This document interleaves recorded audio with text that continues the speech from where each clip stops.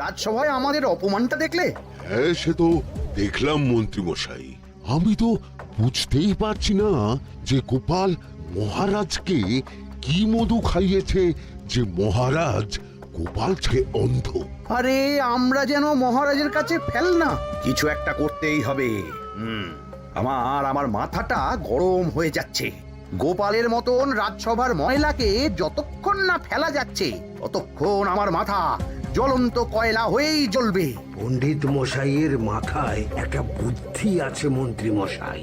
আপনি যদি সেই অনুযায়ী উঁচির কাজ করেন তাহলে বেটা গোপালের কপালে দুর্গতির সীমা থাকবে না। এই কি বুদ্ধি, কি বুদ্ধি? আপনি বরং এই ব্যাপারে পণ্ডিত মশাইয়ের সাথে একবার আলোচনা করে নিন। আমি চলি, কেমন? আমি চলি। হ্যাঁ হ্যাঁ, এসো এসো এসো এসো।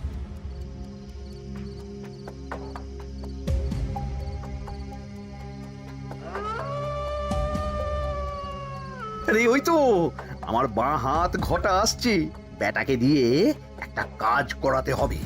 এ কি মন্ত্রী মশাই, আপনি এখানে দাঁড়িয়ে কি করছেন? এই একটা গুরুত্বপূর্ণ ব্যাপারে কথা বলছিলাম।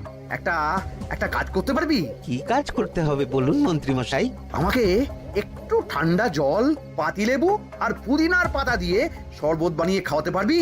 সেসব আমার ঘরে ব্যবস্থা করাই আছে।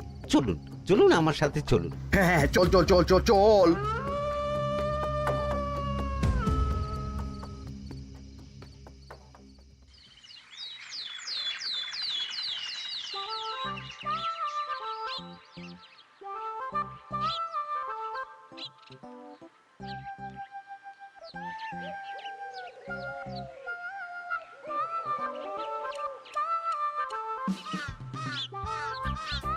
কি ব্যাপার পণ্ডিত, এত গুম মেরে আছো কেন? সকাল সকাল গিন্নি খুব বকেছেন মনে হচ্ছে। গিন্নির বাক্য সুধায় কান ভরে গেছে, আর কিছুই কানে ঢুকছে না। আরে দাঁড়াও দাঁড়াও পণ্ডিত, দাঁড়াও জ্যোতিষী।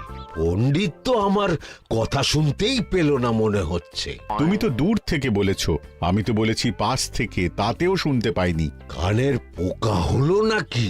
কি গো পণ্ডিত, ব্যাপার কি? কেমন বুঝছো? এ তো ভয়ানক কর্ণকোষ্ঠবদ্ধতার লক্ষণ। তুমি কচু বুঝেছো? আমার হয়েছে কর্ণগোপাল, তোমাদেরও হতো, কিন্তু তোমাদের দোকান কাটা বলে হয়নি। তুমি আমাদের অপমান করছো। তোমাদের অপমান বোধ থাকলে কোনো শব্দই কানে ঢুকতো না, শুধু একটাই শব্দ কানে বাজতো, গোপাল গোপাল গোপাল। এবারে রাজসভায় কিভাবে হেনস্থা হতে হলো মনে নেই?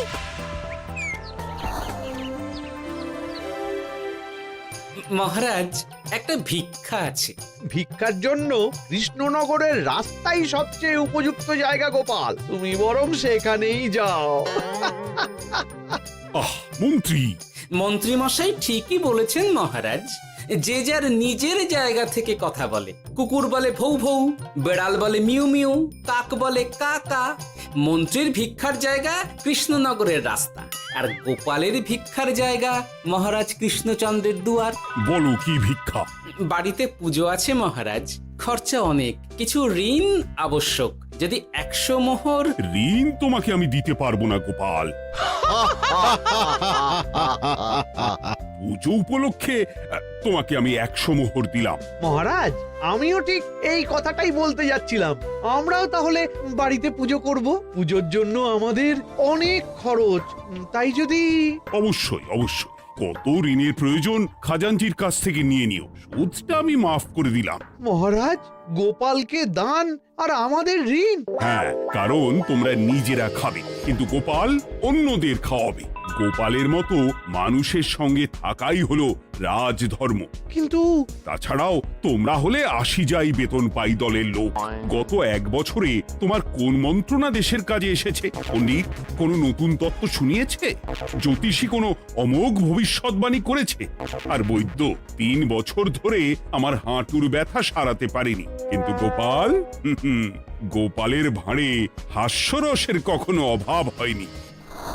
মনে আছে? আছে, কিন্তু করার তো কিছু নেই। আছে।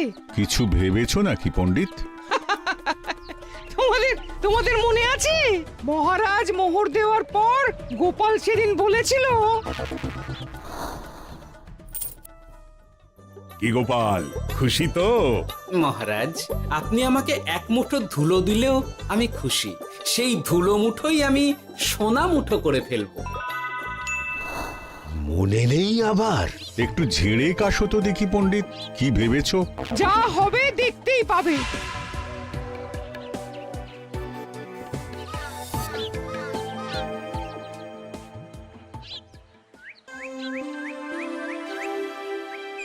মহারাজের জয় হোক, মহারাজের জয় হোক।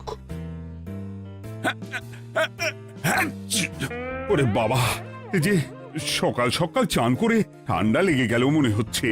মহারাজ, ওই কবি গান উপলক্ষে গত মাসটা আমি কৃষ্ণনগরের কোণে কোণে ঘুরে বেরিয়েছি। প্রজাদের মধ্যে একটা অসন্তোষ আমি লক্ষ্য করেছি মহারাজ।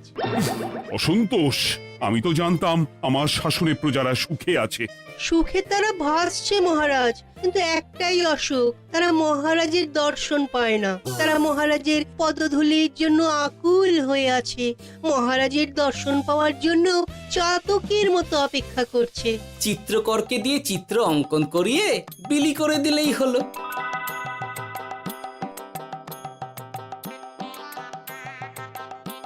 খুব ধুলো হয়েছে মহারাজ, কিন্তু এত ধুলো।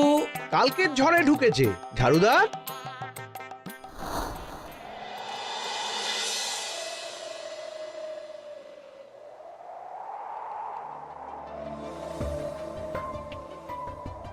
এই সুযোগ, রাজসভা ফাঁকা, এমন ঝড় যে পেয়াদারাও বাইরে নেই। কাজটা সেরে ফেল, বুঝলি? কিরে, কাজটা কর।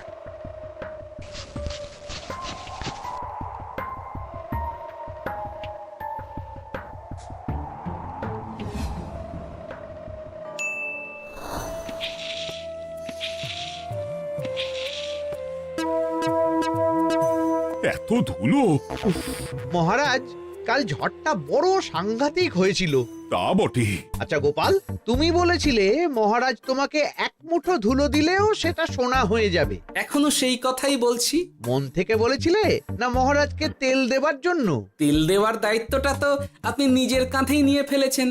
আমি যা বলি সত্যি বলি। আজ যদি এই 4 ঝুড়ি ধুলো মহারাজ তোমাকে উপহার দেন, তখনও একই কথা বলবে? নিশ্চয়ই। মহারাজ, গোপালকে এই 4 ঝুড়ি ধুলো দেওয়ার হুকুম হোক। কি গোপাল, আমি তোমাকে যদি এই ধুলো ঝুড়িগুলো দিই, তা থেকে সোনা আসবে নাকি? আসবে মহারাজ, মোহরের বস্তা আসবে। যদি না আসে, আপনি বলুন। তোমাকে কৃষ্ণনগর ছেড়ে চলে যেতে হবে। রাজি? আর যদি আমি পারি, তাহলে আপনাকে এই মন্ত্রীর চাকরি ছেড়ে দিতে হবে। কি রাজি?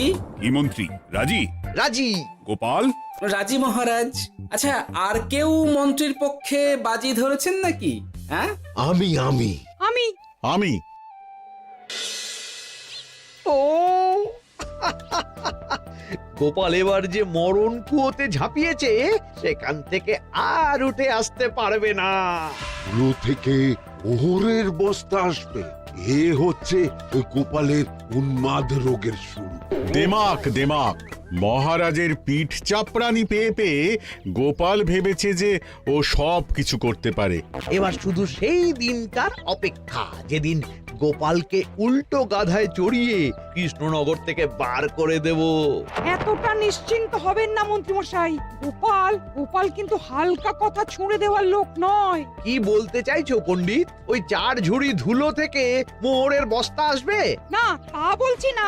অন্য জায়গা থেকেও তো মোহরের বস্তা আসতে পারে। তার সঙ্গে ধুলো মিলিয়ে দিলেই কেল্লা ফতে। গোপালের নিশ্চয়ই কোনো পরিকল্পনা আছে। গোপালের সব পরিকল্পনার গোড়া মেরে রেখে দিয়েছি পণ্ডিত। ঘটা আছে গোপালের পেছনে, আর ঘটা আছে গোপালের বাড়ির পাহারা। লুকিয়ে কিচ্ছু করতে পারবে না। আরে ওই তো বটা আসছে। বেল্লিক, উল্লুক, তোকে আমি জল বিছুটি দেওয়াবো। গোপালকে ছেড়ে চলে এসেছিস কেন? ছেড়ে আসবো কেন মন্ত্রী মশাই? গোপালকে ওর বাড়ির সামনে ছেড়ে এসেছি। ওখানে তো ঘটা আছে। ও বড্ড ঘুরিয়েছে বেটা। কোথায় কোথায় গিয়েছিল গোপাল?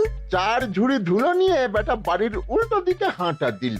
চললাম পিছু পিছু যাচ্ছিল কোন দিকে? নদীর দিকে, কিন্তু গোপাল দাঁড়ালো যদুর বাড়ির সামনে। এই যদু হলো সেই লোক যে লোকজনের বাড়িঘর কেনা বেচা করে আর লোক ঠকায়। আগে রাজধানীতে থাকতো। বেটা রাজধানী থেকে এই কৃষ্ণনগরে পালিয়ে এসেছে, এখানেও লোক ঠকাচ্ছে। কিন্তু বেটা এত চালাক যে কিছুতেই ধরা যাচ্ছে না। এইরকম লোককে ধরাচ্ছে হাতে রাখা ভালো নয় কি মন্ত্রী মশাই? সে তো জানি, কিন্তু ওর ওপর মহারাজের কড়া নজর আছে। এখন ওর সঙ্গে সম্পর্ক রাখা খুব ঝুঁকি। যাই হোক, তারপর? হ্যাঁ তারপর যদু, যদু রে, গোপাল খুড়ো, আরে তুমি এখানে কি করছো? দেখতেই তো পাচ্ছিস ধুলো। তবে যে সে ধুলো নয়, মহারাজ কৃষ্ণচন্দ্রের পদধূলি। শুনিসনি বোধহয় এখন কৃষ্ণনগরে সবচেয়ে বেশি চাহিদা মহারাজের পদরেণু। আচ্ছা, মহারাজের পদরেণু নিয়ে যাচ্ছ কোথায়? এই ছোট ছোট পুলিন্দায় ভরে কৃষ্ণনগরের প্রত্যন্ত জায়গায় যেখানে প্রজারা মহারাজের সাক্ষাৎ পায় না সেখানে বিক্রি করব। তোমার কি মাথা খারাপ? পায়ের ধুলো বিক্রি হবে? ওরে, গতবারে মাত্র 1 ঝুড়ি ধুলো 1000 মোহরে বিক্রি করেছিলাম, এবারে 4 ঝুড়ি। শোনো, তুমি আবার ঘুরে ঘুরে বিক্রি করবে কেন? তোমাকে আমি বরং 10 মোহর দিয়ে দিচ্ছি। তুমি আমাকে এগুলো দিয়ে দাও, আর বিক্রি করে যা হবে তোমাকে এই 40 ভাগ দিয়ে দেবো। ওই 10 মোহরে বদমাস দুদুকে ধুলো বেচে গোপাল বাড়ির দিকে চললো। বাড়ির সামনে অব্দি পেছনে পেছনে গিয়ে তারপরে এই আপনাদের কাছে আসছি। বলিস কি রে, ধুলো বেচে 10 মোহর? ও মন্ত্রী মশাই, গোপাল তো একেবারে নাড়ি ধরে টান মেরেছে। গেল রাজসভায় এমন সুখের চাকরিটি গেল। এবার আবার রাস্তার ধারে গিয়েই বসতে হবে। এবার নবাবের দরবারে জায়গা আছে কিনা খোঁজ করি গিয়ে। তাত্তেরি 10 মোহর আর 1 বস্তা মোহরের মাঝখানে অনেক রাস্তা, সেই রাস্তায় আমি লোক বসিয়ে রাখবো। আরে আরে, ওই তো তোমার ঘটা আসছে। এই তুই গোপালের ঘরের পাহারা ছেড়ে এলি কেন? গোপাল নেই নেই নেই নেই নেই নেই।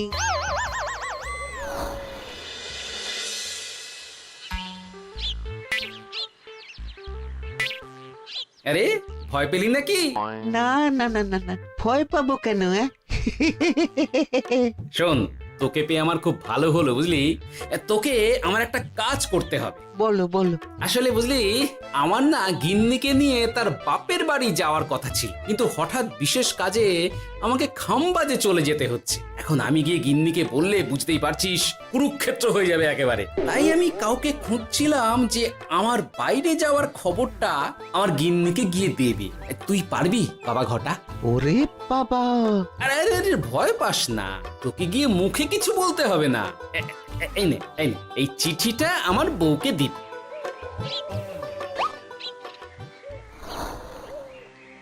কৃষ্ণনগর ছেড়ে চুপি চুপি চলে যাচ্ছি, চালাকিটা দেখেছেন? ওসব চালাকি আমি তুড়ি মেরে উড়িয়ে দেব। কি করবেন? চারিদিকে আমি অশ্বারোহী গুপ্তচর পাঠাচ্ছি, গোপালকে কোনো চালাকি করতে দেব না।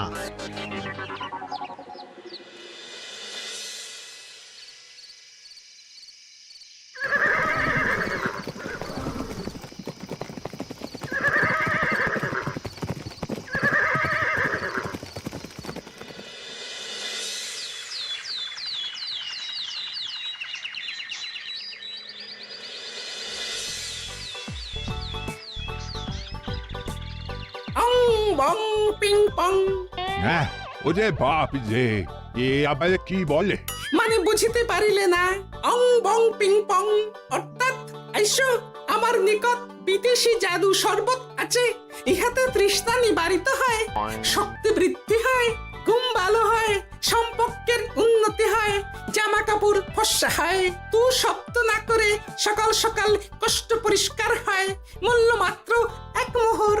বোঝো, ওইটুকু অং বঙ্গের মধ্যে এত কিছু? ঠিক আছে, তা দাও দেখি। আপাতত টেস্টটা তো মিটু, বাকিগুলো পরে বোঝা যাবে।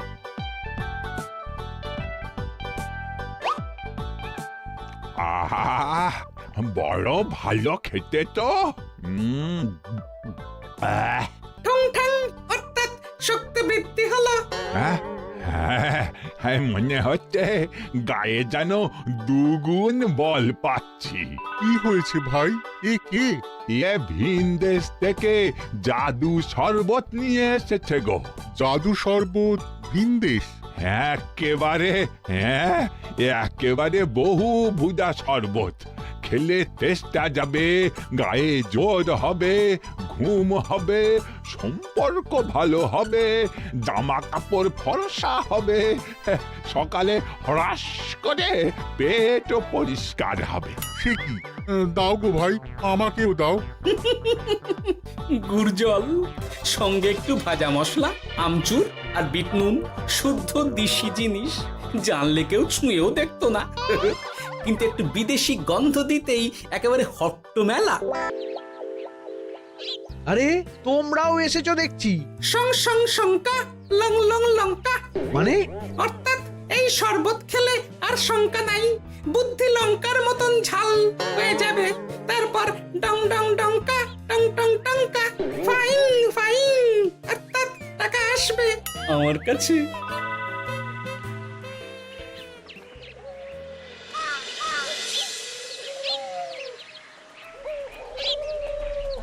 ঝপ ঝপ ছপাং, ভট ভট ফটাং।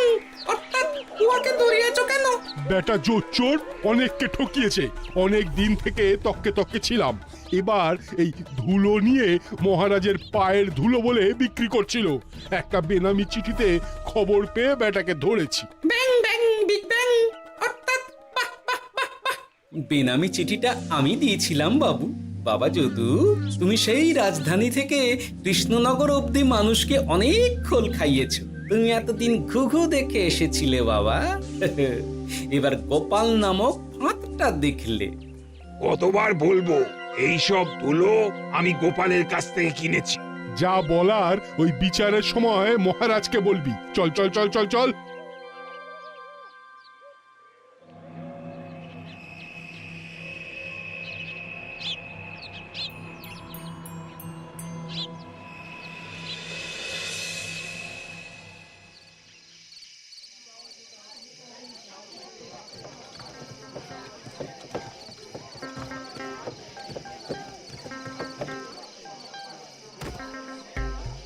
ঝন্টু মন্টু ননাং ফু।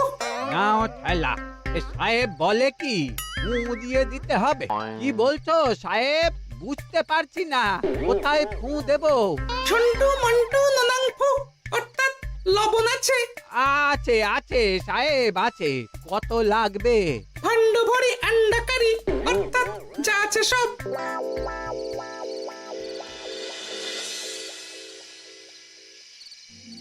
ব্যাস, মোটামুটি আশেপাশে সব দোকানের নুন এখন আমার জিম্মায়। এবার আসল মজা শুরু হবে।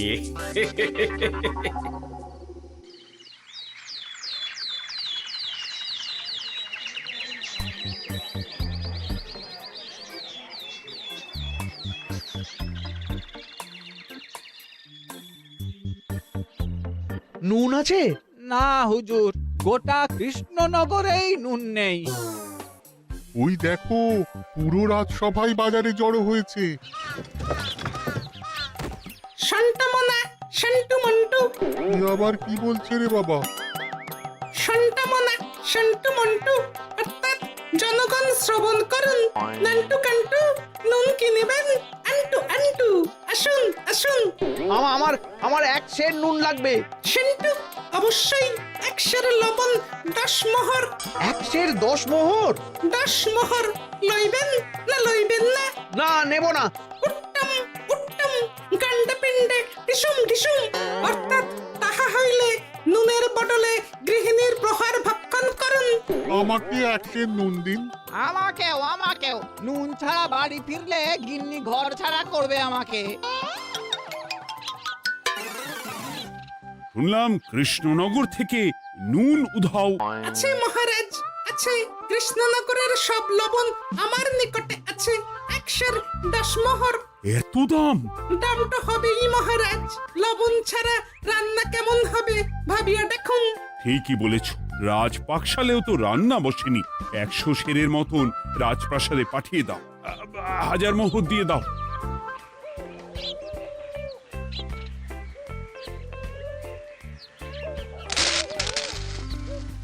ব্যাস 1 বস্তা মোহর হয়ে গেছে। গোপাল, হ্যাঁ মহারাজ, গোপাল যে 4 ঝুড়ি ধুলো থেকে 1 বস্তা মোহর রোজগার করেছে। ইয়া বাত! চলো রাজসভায়, পুরো গল্পটা শুনতে হবে। সকলেই এসো তাহলে রাজসভায়। কিন্তু মহারাজ, যারা বাজি হারলো তাদের তো চাকরি গেছে, তো তারা রাজসভায় যাবে কি করে? ঠিক ঠিক ঠিক বলেছ। আর যারা বাজি হারলো তারা বাদ, বাকিরা চলো। এই সেরেছে, গোপাল তো আবার বাজি মেরে দিল। ও মহারাজ, আমাদের দেখুন। ও মহারাজ, আমাদের দেখুন। ও মহারাজ। হ্যাঁ